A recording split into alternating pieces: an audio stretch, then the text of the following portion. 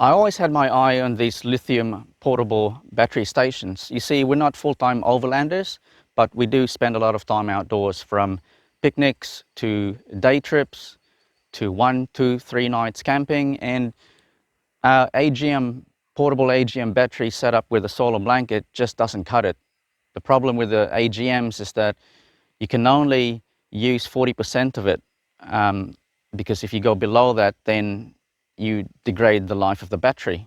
And the problem with it as well is that charging it takes slower, not compared to a lithium wherein it absorbs power quite quickly. If you notice the X-Trail, I've never installed anything fixed in the boot. I liked everything to be portable, and the main reason is that we still use it as a family car. So on a day-to-day basis, I can't justify putting something permanent, because not only is it unnecessary weight on the vehicle, uses more fuel, but you can't remove it, so you lose a bit of space. Whereas if everything's portable, it's more practical. Even our power solution is portable. As I said, we're not full-time overlanders, so I just can't justify installing something permanent in the vehicle. And I don't think I need to anyway. As long as I can have a power solution that would power the campsite for 2 or 3 days maximum, I'm happy. And also, if you install a dual battery setup on your vehicle, what if one day you want to sell your vehicle, it's stuck to it? Or, like us, we've got 2 vehicles that we normally use for outdoors. We've got a Land Rover and the X-Trail. I can't move the electrical system from one to the other. And if we go picnics, we go for a walk down the beach, down the lake, I can't remove the system in here and take it down there where I want my fridge. When you modify your vehicle, regardless of what it is, you always have to think twice and think for yourself, is it actually suitable for your purpose? Or is it just what people say you should need? Or is it what everybody's doing, so you think you need it as well? I did my research a while back, and this brand Ecoflow always came up at the top of the list. And I guess it's probably because the company's been around for a while. I think they're one of the first ones who started doing these sorts of things. They're dedicated to creating these sorts of products. And I always hear good feedback about their after-sales support, which I personally think is really good. When you buy a product, you should really look into the after-sales support. Now, true story. I had Ecoflow in my list, actually at the top of my list of companies that I wanted to approach for sponsorship, because I wanted their product. And lo and behold, one night I opened up my email. An email came through from Ecoflow offering one of their products. How good is that?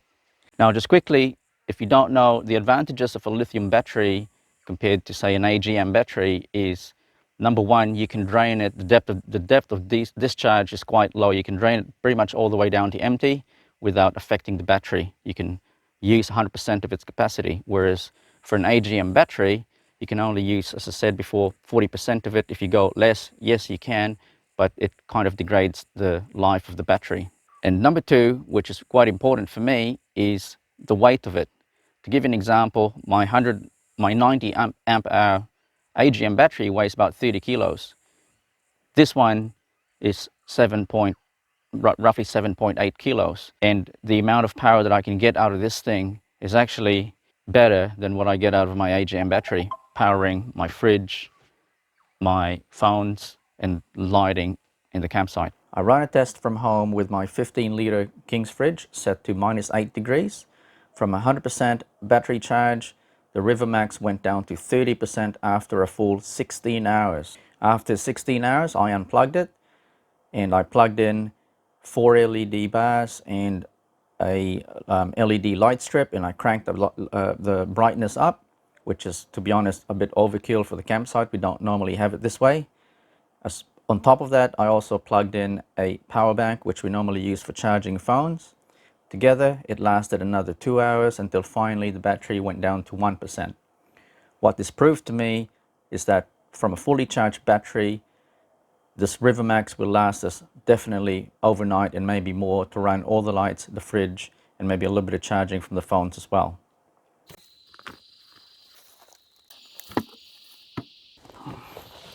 So see what I mean? You can take it anywhere you go. You can take your fridge with you, have some cold drinks, take your solar blanket or solar panels so you can charge it on the go. And the good thing is you can charge this thing at the same time that you're drawing power off of it. Nowadays, people have the ability to work remotely, so you can take your laptop, your tablet or whatever you have by the beach, by the lake, and charge it on the go.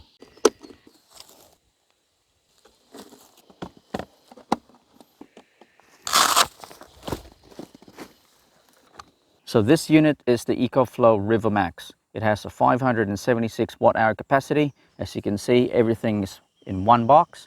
You got the battery inside, you got your charge controller, all the ports displayed to give you all the information you need. So it really is quite portable. Ecoflow gives standard 2-year warranty for these products that they have.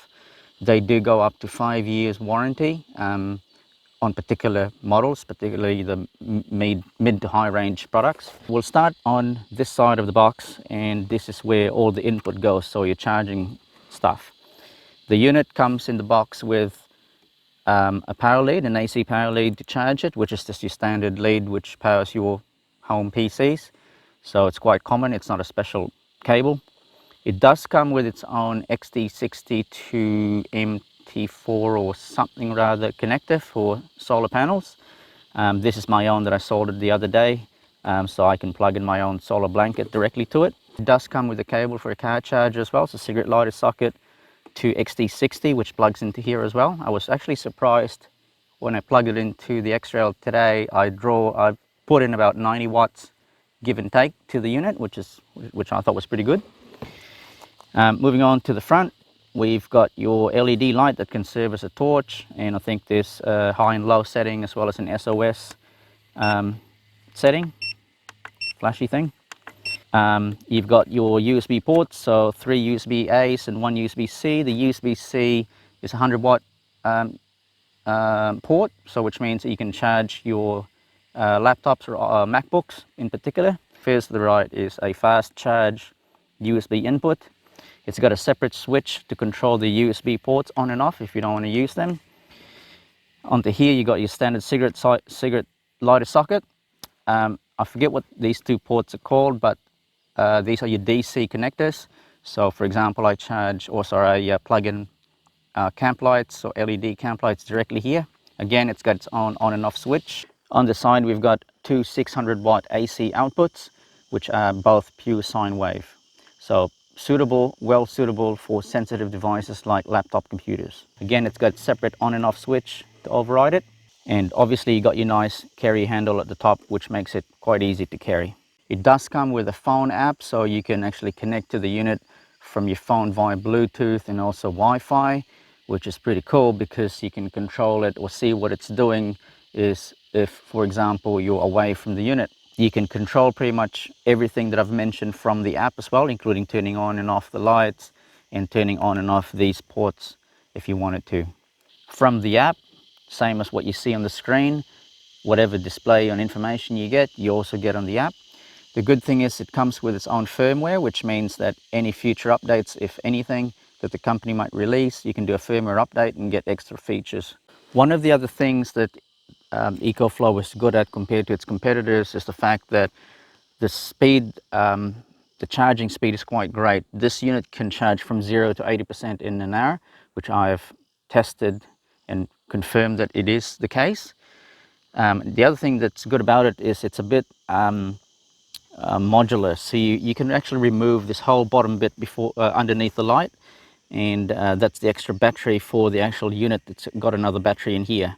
So if you remove this bit here using the supplied tool or just a screwdriver, there's 4 screws in each corner, and put the base plate back on, you've essentially turned the unit from an Ecoflow Max to River Max, to a normal Ecoflow River, which basically takes it down to half its capacity. Now this is useful if you want to go picnic and you don't need the full capacity of the battery, but you'd rather the lighter weight and the portability of it.